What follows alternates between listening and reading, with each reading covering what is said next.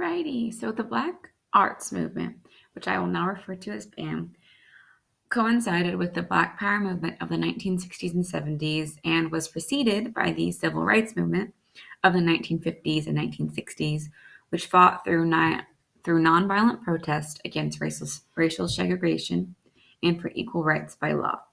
The Black Arts Movement was created with the opening of the Black Arts Repertory Theater in 1965 and ended with Marxism ideals in the 1970s.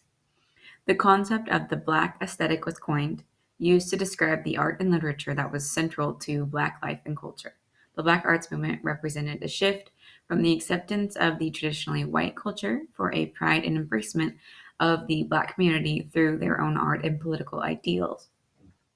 A number of Black dramatists, musicians, artists, poets, and writers who began to draw on their own experiences and knowledge, creating works of art as a form of nonviolent protest and liberation um, against white oppression. They wanted to achieve freedom and liberation to be themselves. Their works of art were often extreme in nature, depicting vulgar language and violent, bloody scenes. BAM began at the death of Malcolm X, the leader of the Black Power movement, and with the formation of the Black Arts Repertory in Harlem, New York. The Black Arts Repertory was founded by the father of the Black Arts movement, Amiri Barak, after he envisioned a Black artistic school that could be created by and for the Black community.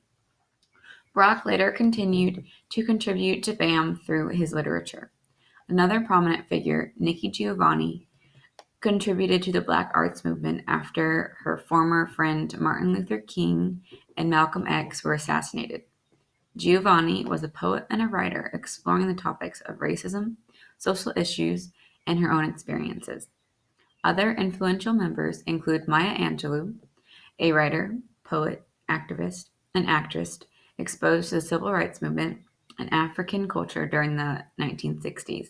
In the 1970s, she began her writing career, focusing on her life, blackness, and feminism, and is in part known for her poetry created during BAM. James Baldwin, a writer who moved from America to France due to his dissatisfaction with racism and homophobia of the time. He then returned to the United States to address the issues of race, homosexuality, and sexual orientation among Black citizens during the time of BAM, writing many works. Gwendolyn Brooks, an American novelist and poet during the Black Arts Movement.